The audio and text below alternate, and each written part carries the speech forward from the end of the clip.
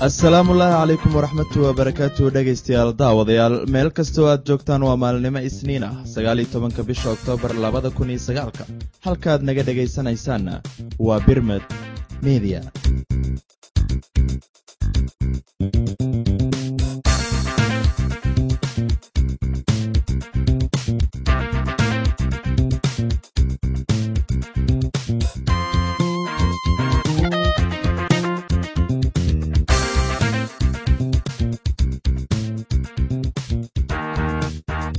dhegaystayaal daawadayaal ku soo dhowaada warka madaxdiisii. qarax miino ayaa saaki gaadiidka ciidamada amisom gaar ahaan kuwa burundi lagula eegtay waddada warshadaha ee magaalada muqdisho. dil qorshaysan ayaa lagu soo warramayaa inuu xalay ka dhacay magaalada beledweyn. wasaaradda amniga qaranka ee dowladda kumeel gaarka ahna waxa ay sheegtay inay ku howlan tahay xal u helidda ammaan darrada ka jirta qaybo ka mida magaalada muqdisho.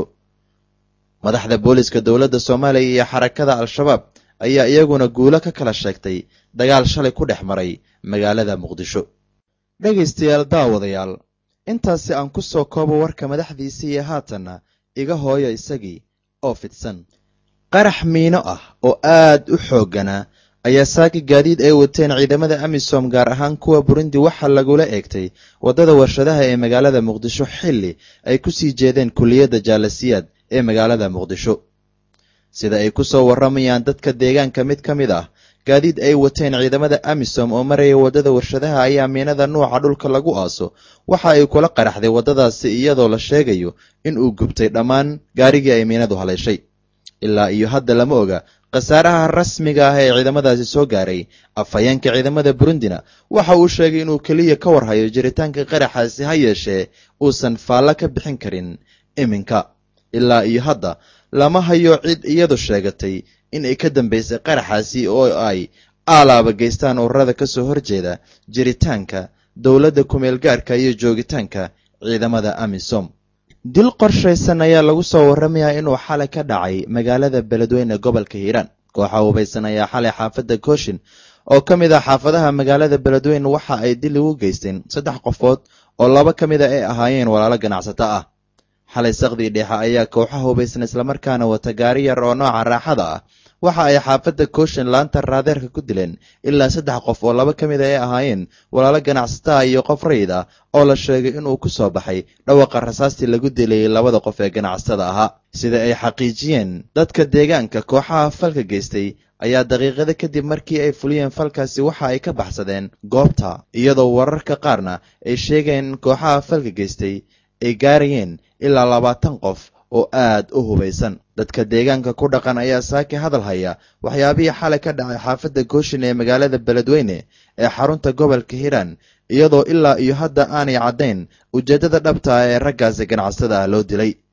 ma jira ilaa iyo haatan mas-uul ka tirsan maamulka ururka xisbul islaam ee gacanta ku haya magaalada beledweyne oo ka hadlay dilka loo geystay 3daasi qofood oo 2 ka mid ay ahaayeen walaalo islamarkaana lagu kala magacaabi jiray cali axmed nuur iyo cumar axmed nuur. magaalada beledweyne ee xarunta gobolka hiiraan ayaa muddooyinkii ugu dambeysay xaaladeedu waxa ay ahayd mid soo hagaagaysa. hase ahaatee shacabka ku dhaqan magaalada beledweyne ayaa saaka si weyn u hadalhaya waxyaabihii ka dhacay magaaladaasi. wasiirka amniga qaranka dowladda kumeel gaarka ee soomaaliya cabdulaahi cali maxamed sambalolshe ayaa sheegay in ay ku howlan tahay dowladda kumeel gaarka ee soomaaliya sidii ay wax uga qaban lahayd arrimaha ammaanka islamarkaana uga jawaabi lahayd cabashada dadka shacabka ee ku aadan falal ammaan darri ah ee ka jirta qaybo ka mid a magaalada muqdisho gaar ahaan degmooyinka ay gacanta ku hayso dowladdu. waxa uu sheegay inay ciidamada intooda badan ay ku jiraan xeryo islamarkaana ay wax ka qabanayaan ammaan darrida la sheegay in ay abuurayaan rag xiran darayska ciidamada dowladda, isagoo tilmaamay in ay heerka xaaladda ammaan darrida ah ee ay u muuqato mid laga badbadiyey.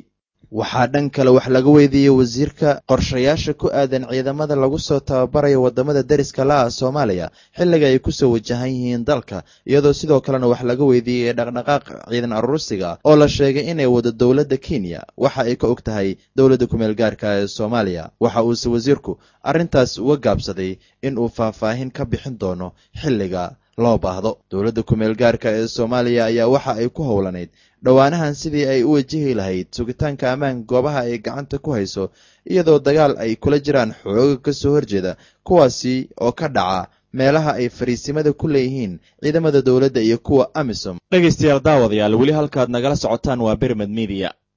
madaxda booliska dowladda Soomaaliya iyo xarakada al-shabaab ayaa iyagu guulo ka kala sheegtay dagaal shalay ku dhex maray magaalada Muqdisho kadib dagaalo iyo duqeymo dad rayida ku geeriyoodeen kuwa kalena ay ku dhaawacmeen oo shalay gelinkii dambe ka dhacay qaybo ka mid ah degmada Hodan ee magaalada Muqdisho ayaa waxaa dagaaladaasi guulo ka kala sheegtay saraakiisha ciidanka booliska dowladda Soomaaliya iyo kuwa xarakada al-shabaab. Gaashaanle sare Cabdullaahi Xasan Bariisa afhayeenka ciidanka booliska dowladda Soomaaliya ayaa sheegay inay gacanta kaga dhigeen xoogagii ka soo horjeeday qof dhaawac ah oo ay haatan daaweynayaan, sidoo kalena ay dileen 2 qof oo mid ka mid ah uu ajnabi ah sidoo warka u dhigay. waxa uu kaloo sheegay meydkiisa inay u soo bandhigi doonaan saxaafadda, isagoo xusay in dhinacooda uusan jirin haba yaraatee wax khasaare ah oo dagaalkaasi ka soo gaaray.